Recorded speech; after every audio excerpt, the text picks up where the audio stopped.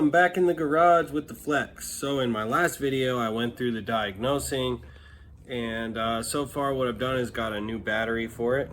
And today I'm going to go ahead and take off the air intake system, check the air filter, remove the intake so I can examine the throttle body, and of course change the spark plugs, which is the main reason why I'm taking off the intake. So I'm gonna go ahead and do that and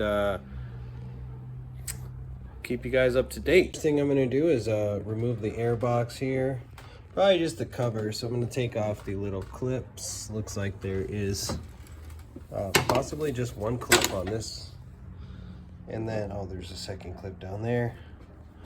Kind of just tuck it to the side and should be pretty easy to take out. There's just this bolt here that we'll go ahead and loosen. Looks like it's probably an 8mm, and then yeah, it should come free, and then we'll go on with the rest of the air intake. So there's a hose right here that actually wasn't even really tight on there. Don't see anything busted. I think maybe it just popped loose. And then you've got this line here, this back. So you'll just want to pull this tab.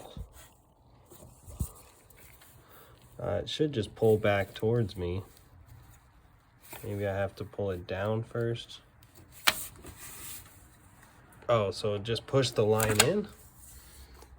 Then we can kind of, once this is out of the way, we can move it, but that's for the PCV system there. So see, this is loose, and then we'll just have to loosen this as well. So I'm gonna disconnect the negative battery cable because I don't want the throttle body to have power while I clean it. Move this air box out of the way. You can see the mass airflow sensor right there. And the air box is pretty dirty. I'm just gonna vacuum that up. Air filter looks great. Just set that off to the side. And then there's the throttle body. And as you can see, there's a good amount of corrosion built up there. So that's one of the things we'll be addressing. So here's the electrical connector. So we will slide that red pin back with a flathead screwdriver, and then we should be able to take off the electrical connector. And then it's just 4 bolts. And then we'll be able to take off the throttle body.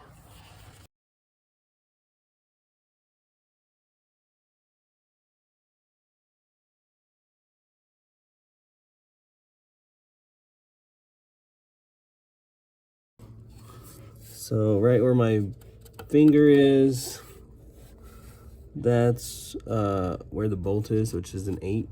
And that's good. Okay, so we have the intake off. It's always a good idea to cover the holes of the plenum with like a rag or something, just in case you don't want anything to fall in there, because as you can see, those are the valves right there. So these would be the intake valves. Well, actually, there would be the intake and the exhaust valve for each cylinder. So cylinder 2, cylinder 4, cylinder 6, and then the same thing over here. They look really clean. Since this isn't a GDI, you don't have to worry about carbon buildup, so that's awesome. So I'm not even gonna bother spraying any valve cleaner in there, but if you did have carbon buildup around the valve stem, you could spray some valve cleaner in there, which they sell at the store, AutoZone or something, parts house, and it'll kind of clean up that carbon to allow the valves to seat better. But other than that, you've just got 3 ignition coils. Each has an 8mm bolt there. So take that out, and then this is like a locking tab. So you basically pry it back, and that allows you to depress this part and pull it off. So we'll just unlock all 3 of these, and then we've got our 8mm here. So just break this loose, break this loose, and then go ahead and change those 3 spark plugs.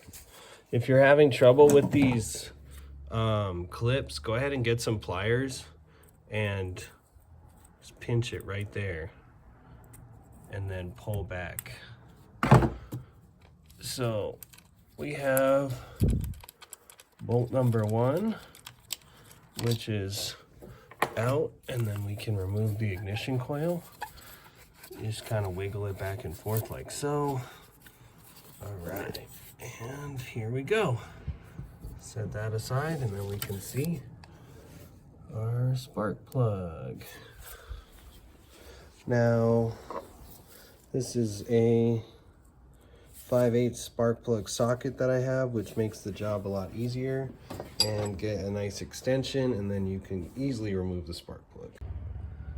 All right, so we've got the old spark plug and we've got the new spark plug. So I would say it's time for a change here. You can see from this electrode, it's still there, but the gap, you know, compared to the gap, oh, sorry about the focus here, but you can hopefully tell that the difference in the gap of this old one and this new one, it's quite a bit.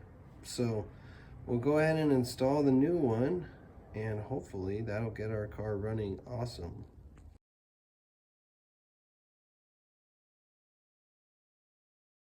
On. So 1, first bolt, 2, 3, 4, 5, 6, 7 is the order. 7.5 foot-pounds is the torque spec. 7.4, but 7.5 you can do. And then an additional 45-degree turn. So if you're thinking about 360, 1/4 turn would be a 90. So you're gonna do like 1/8 of a turn after it's torqued down. So I'm gonna torque everything and then go back and do an additional 1/8 of a circle or a 45-degree turn.